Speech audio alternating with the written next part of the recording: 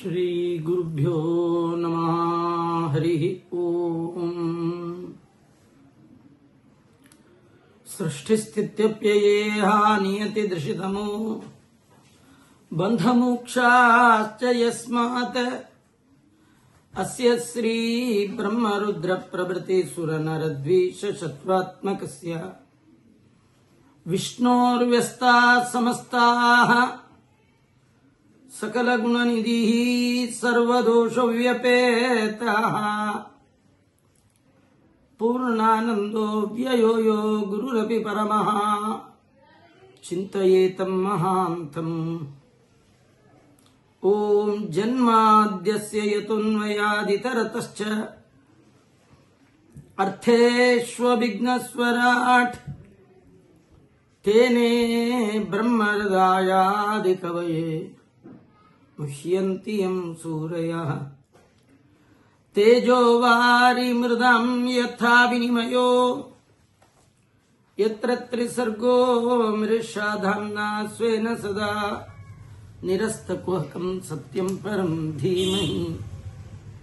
ಸ್ವಸ್ತಿ ಶ್ರೀರಸ್ತು ಮೇ ಶಸ್ತಂ ನಿಸ್ತುಲಾತ್ಮನಃ ವಸ್ತುನೋ ನಿತ್ಯಂ ಸಮಸ್ತವ್ಯಸ್ತಯೋಗತಃ.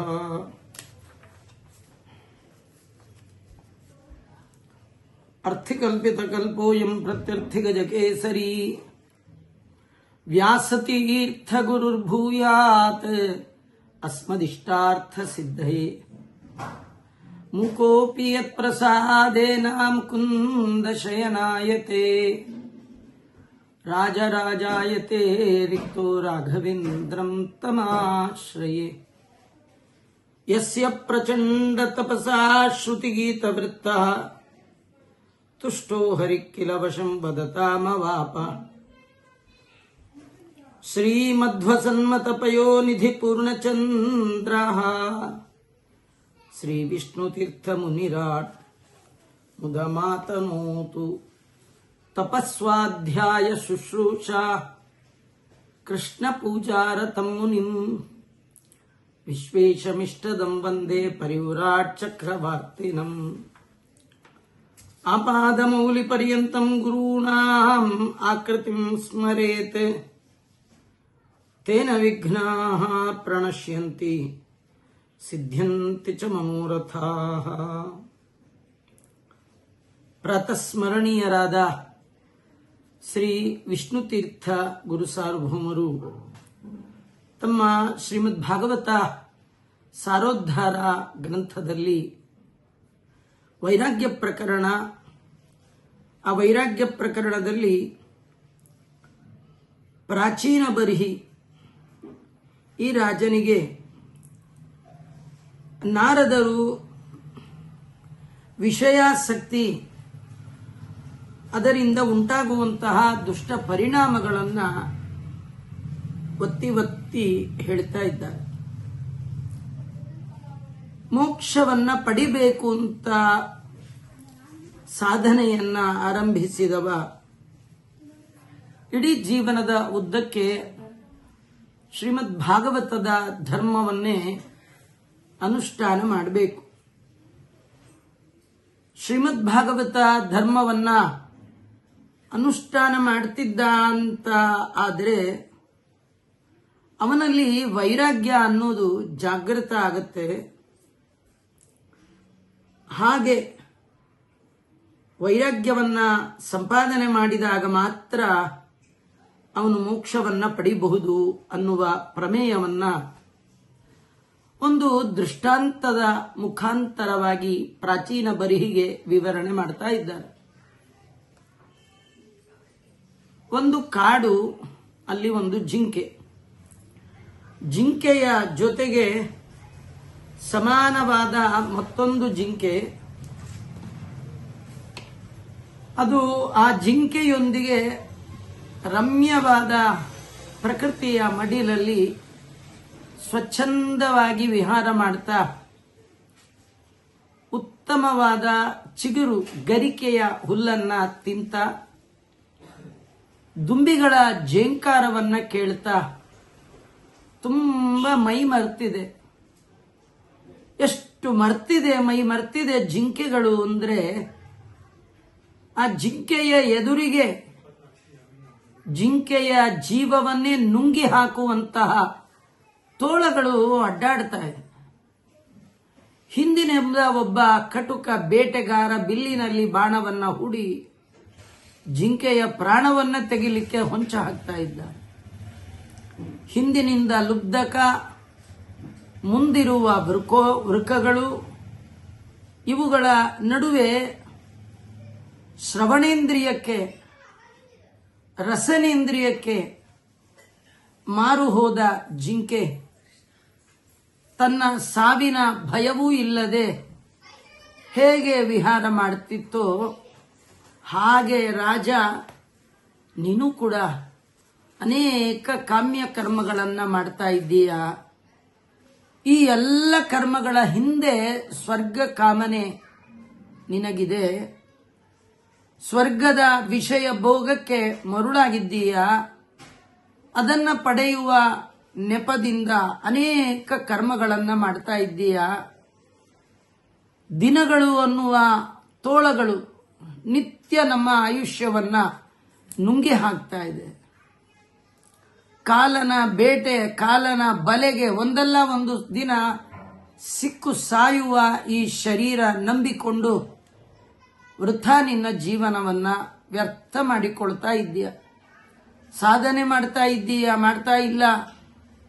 ಮನುಷ್ಯ ಜನ್ಮ ಬಂದಾಗ ಸಂಸಾರದಿಂದ ಬಿಡುಗಡೆ ಬಯಸಿದ ಮುಮುಕ್ಷು ಹೀಗೆ ವಿಷಯ ಸುಖದಲ್ಲಿ ಆಸಕ್ತನಾಗಬಾರದು. ಅದನ್ನು ಬಿಟ್ಟು ಭಾಗವತದ ಧರ್ಮಗಳನ್ನ ಆಚರಣೆ ಮಾಡಿ ಸಿಕ್ಕು ಸಾಯುವ ಈ ಶರೀರ ನಂಬಿಕೊಂಡು ವೃಥಾ ನಿನ್ನ ಜೀವನವನ್ನ ವ್ಯರ್ಥ ಮಾಡಿಕೊಳ್ತಾ ಇದ್ದೀಯ. ಸಾಧನೆ ಮಾಡ್ತಾ ಇದ್ದೀಯ, ಮಾಡ್ತಾ ಇಲ್ಲ.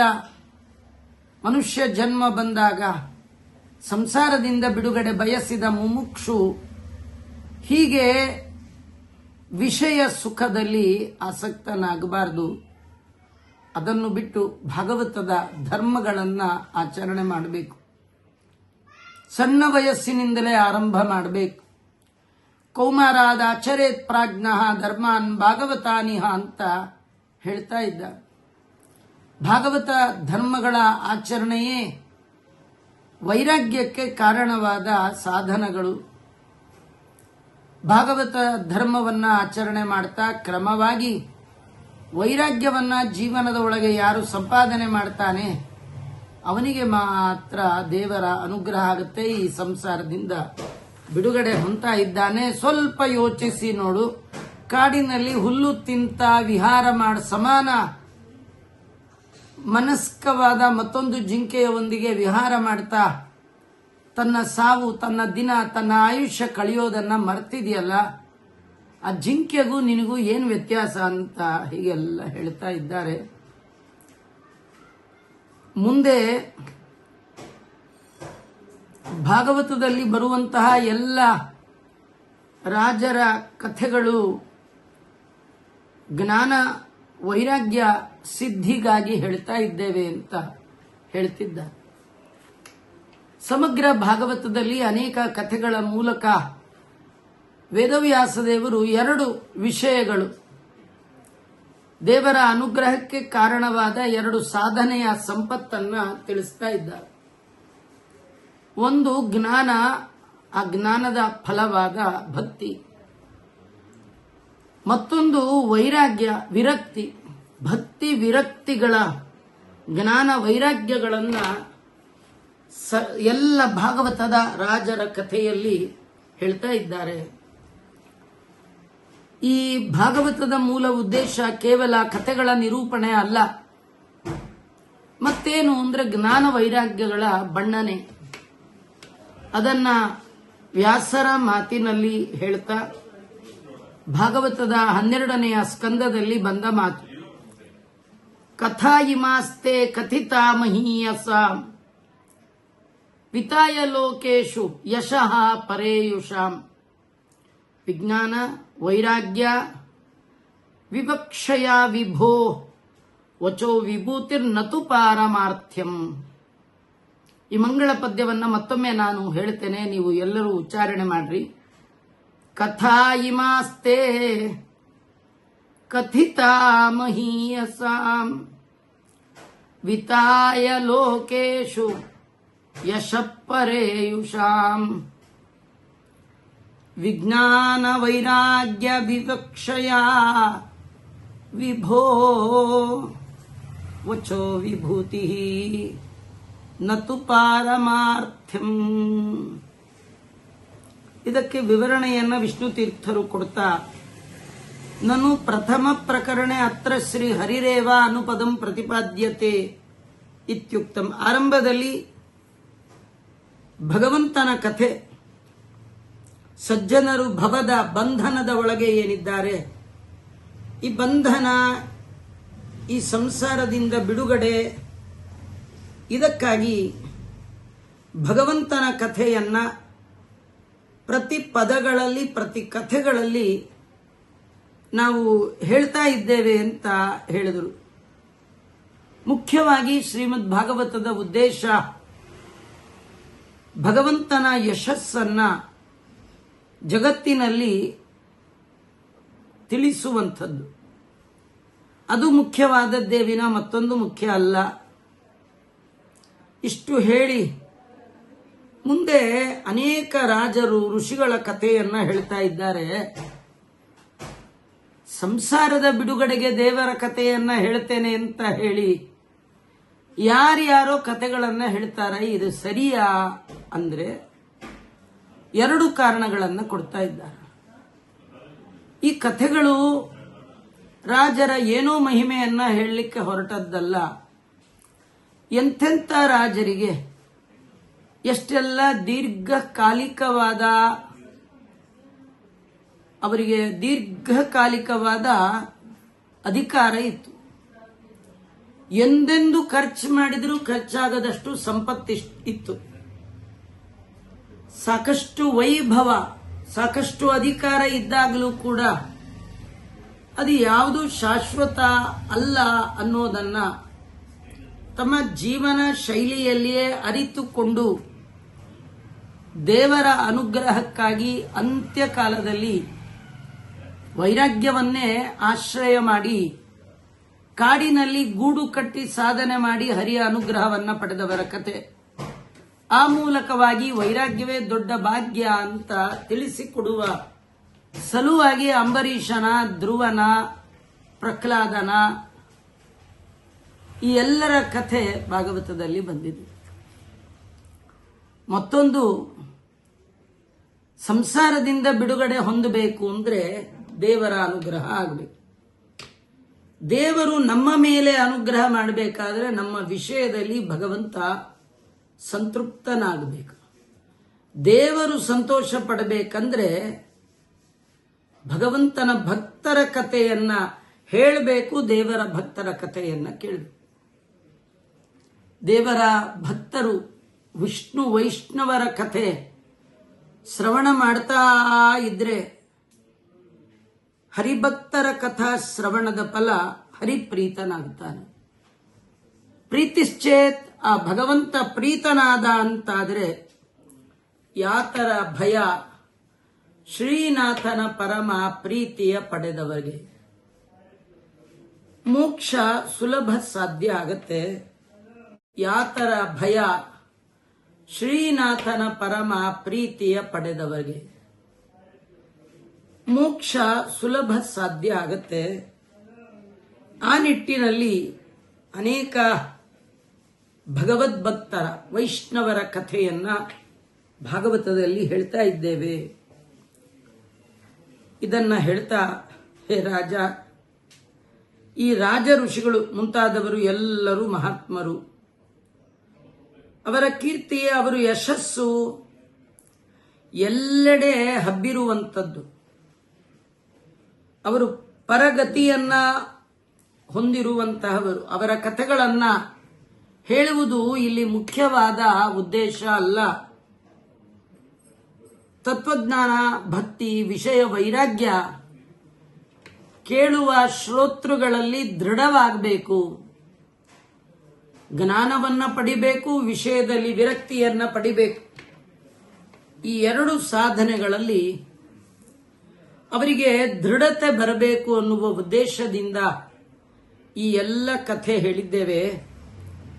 ಈ ಕಥೆಗಳು ಫಾರ್ ಎಕ್ಸಾಂಪಲ್ ಅಂತಾರಲ್ಲ, ದೃಷ್ಟಾಂತವಾಗಿ, ಉದಾಹರಣೆಗಾಗಿ ಹೇಳಿದ್ದೇ ವಿನಃ ಇದು ಪ್ರಧಾನವಾದ ಕಥೆ ಅಲ್ಲ. ಎಷ್ಟೋ ಬಾರಿ ಭಾಗವತ ಹೇಳುವಾಗ ಮಧ್ಯ ಮಧ್ಯದಲ್ಲಿ ಕೆಲವು ಕಥೆಗಳನ್ನ ಹೇಳ್ತೇವೆ. ಮಕ್ಕಳಿಗೆ ಔಷಧಿ ಕುಡಿಸುವಾಗ ತಾಯಿ ಔಷಧಿ ತೋರಿಸಿದ ತಕ್ಷಣ ಮಕ್ಕಳು ಬಾಯಿ ಮುಚ್ಚಿ ಬಿಡುತ್ತವೆ. ಏನು ಮಾಡಿದ್ರು ಬಾಯೇ ತೆಗೆಯಲ್ಲ. ಬುದ್ಧಿವಂತ ತಾಯಿ ಒಂದು ಕೈಯಲ್ಲಿ ಚಾಕ್ಲೇಟ್ ತೋರಿಸಿ ಆ ಮಗು ಚಾಕ್ಲೇಟ್ ಆಸೆಯಿಂದ ಬಾಯಿ ಬಿಟ್ಟಾಗ ಥಟ್ಟನೆ ಔಷಧಿ ಹುಯ್ಯುವಂತೆ ಭಾಗವತ ಅಂತ ಹೇಳ್ತೇವೆ.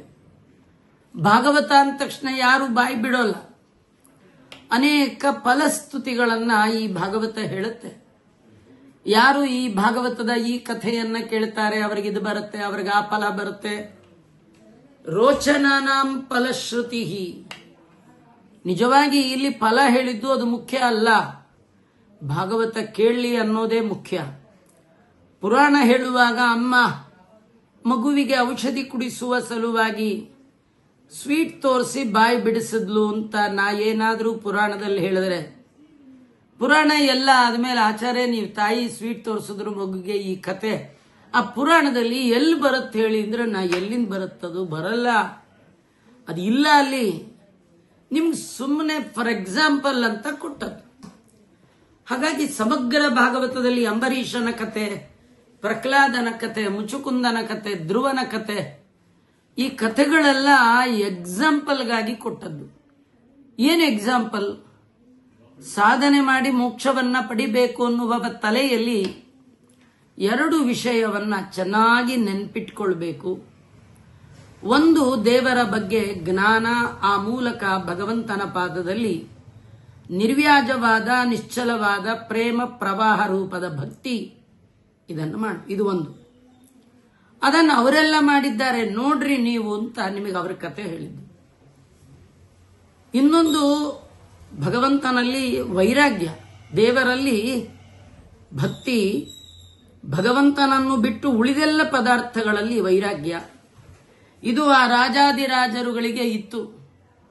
ವಿಷಯದಲ್ಲಿ ವಿರಕ್ತಿ ಇತ್ತು, ಹರಿಪಾದದಲ್ಲಿ ಆಸಕ್ತಿ ಇತ್ತು. ಈ ಆಸಕ್ತಿ ವಿರಕ್ತಿಗಳು ಅತ್ಯವಶ್ಯವಾದ ಸಾಧನೆಗಳು ಅಂತ ತಿಳಿಸುವ ಸಲುವಾಗಿ ಭಾಗವತದಲ್ಲಿ ರಾಜರ ಕಥೆಯನ್ನ ದೃಷ್ಟಾಂತವಾಗಿ ಹೇಳಿದ್ದೇ ವಿನಃ ಇದು ಬಹುಮುಖ್ಯವಾದ ಕಥೆ ಅಲ್ಲ ಅಂತ ತಿಳಿಸ್ತಾ ಇದ್ದಾರೆ. ಮುಖ್ಯವಾಗಿ ಹೇಳಿದ್ದು ಹರಿಕಥೆಯನ್ನಲ್ಲ, ಭಾಗವತದ ಧರ್ಮವನ್ನ ಅಂತ. ಈ ಭಗವಂತನ ಭಕ್ತರ ಕಥೆ ಯಾಕೆ ಹೇಳಿದೆ ಅಂದ್ರೆ ಇನ್ನೊಂದು ಫಲವನ್ನು ಹೇಳ್ತಾರೆ. ದೇವರ ಕಥೆ ಕೇಳಿದಾಗ ಯಾವ ಆನಂದ ಜೀವನಿಗೆ ಆಗತ್ತೆ, ಅದು ಮೋಕ್ಷದಲ್ಲಿ ಆಗುವ ಆನಂದಕ್ಕಿಂತಲೂ ದೊಡ್ಡ ಆನಂದ. ಭಗವಂತನ ಕಥಾ ಶ್ರವಣ ಮಾಡುವಾಗ ದೇವರ ಕಥೆಯನ್ನ, ದೇವರ ನಾಮವನ್ನ, ಮಹಿಮೆಯನ್ನ ಸಂಕೀರ್ತನೆ ಮಾಡುವಾಗ ಎಂಥ ಆನಂದ ಅವನಿಗೆ ಆಗತ್ತೆ, ಅದು ಇನ್ನೊಬ್ಬರಿಗೆ ಆಗೋಲ್ಲ. ಅದೇ ಸ್ವಾನಂದ ಹೇತೌ ಭಜತಾಂ ಜನಾನಾಂ ಮಗ್ನ ಸದಾ ರಾಮ ಕಥಾ ಸುಧಾಯಾಂ ಅಸಾವಿಧಾನೀಂಚ ನಿಷೇವಮಾಣೋ ರಾಮಂ ಪತಿಂ ಕಿಂ ಪುರುಷೇ ಕಿಲಾಸ್ತೆ. ಕಿಂಪುರುಷ ಖಂಡದಲ್ಲಿ ವಾಯುದೇವರು ಇವತ್ತಿಗೂ ಕೂಡ ರಾಮನ ನಾಮವನ್ನ ಧ್ಯಾನ ಮಾಡ್ತಾ ಇದ್ದಾರೆ. ಯದ್ಯಪಿ ರಾಮ ಪರಮ ಪದ ಮೋಕ್ಷಕ್ಕೆ ಹೋಗುವಾಗ ಎಲ್ಲ ಕಡೆ ಡಂಗೂರವನ್ನ ಹೊಡೆಸಿ ಯಾರ್ಯಾರು ಮೋಕ್ಷಕ್ಕೆ ಬರ್ತೀರಿ ಬನ್ನಿ ಅಂತ ಕರೆದ ಹನುಮಂತ ದೇವರಿಗೆ ಸ್ಪೆಷಲ್ ಆಫರ್. ಹನುಮಂತ ನೀನು ನನ್ನ ಒಟ್ಟಿಗೆ ಬಂದ್ಬಿಡು ಅಂದ್ರೆ ಹನುಮಂತ ಅಂದ, ನಾನು ಎಲ್ಲಿಯೂ ಬರಲ್ಲ. ಯಾಕೆ? ವೈಕುಂಠಕ್ಕೆ ಬಂದ್ರೆ ಏನು ಆನಂದ ಇದೆ ಅದಕ್ಕಿಂತಲೂ ಮಿಗಿಲಾದ ಆನಂದ ನಿನ್ನ ನಾಮ ಸಂಕೀರ್ತನೆಯಲ್ಲಿದೆ ಅಂತ ಆ ಭಗವಂತನ ನಾಮದ ಮಹಿಮೆಯನ್ನ ಬಲ್ಲ ಹನುಮಂತ ದೇವರು ಇವತ್ತಿಗೂ ಪರಮ ಪದಕ್ಕೆ ಹೋಗದೆ ಕಿಂಪುರುಷ ಖಂಡದಲ್ಲಿ ಭಗವಂತನ ನಾಮ ಸಂಕೀರ್ತನೆ ಮಾಡ್ತಾ ಇದ್ದಾರೆ. ಅದನ್ನೇ ವೇದವ್ಯಾಸ ದೇವರು ಎಲ್ಲಿ ನಿರೂಪಣೆ ಮಾಡಿದ್ದಾರೋ ಅದನ್ನ ಹೆಕ್ಕಿ ವೈರಾಗ್ಯ ಪ್ರಕರಣದಲ್ಲಿ ಉಪಸಂಹಾರ ರೂಪವಾಗಿ ಈ ಪದ್ಯವನ್ನ ಸಂಗ್ರಹ ಮಾಡಿದ್ದಾರೆ. ಚತುರ್ಥ ಸ್ಕಂದದಲ್ಲಿ ಬಂದಂತಹ ಮಾತಿದು. ಧ್ರುವ ಮಹಾರಾಜರು ಭಗವಂತನನ್ನ ದರ್ಶನ ಮಾಡಿದಾಗ ಅವರ ಬಾಯಲ್ಲಿ ಬಂದ ಉದ್ಗಾರದ ಮಾತಿದು.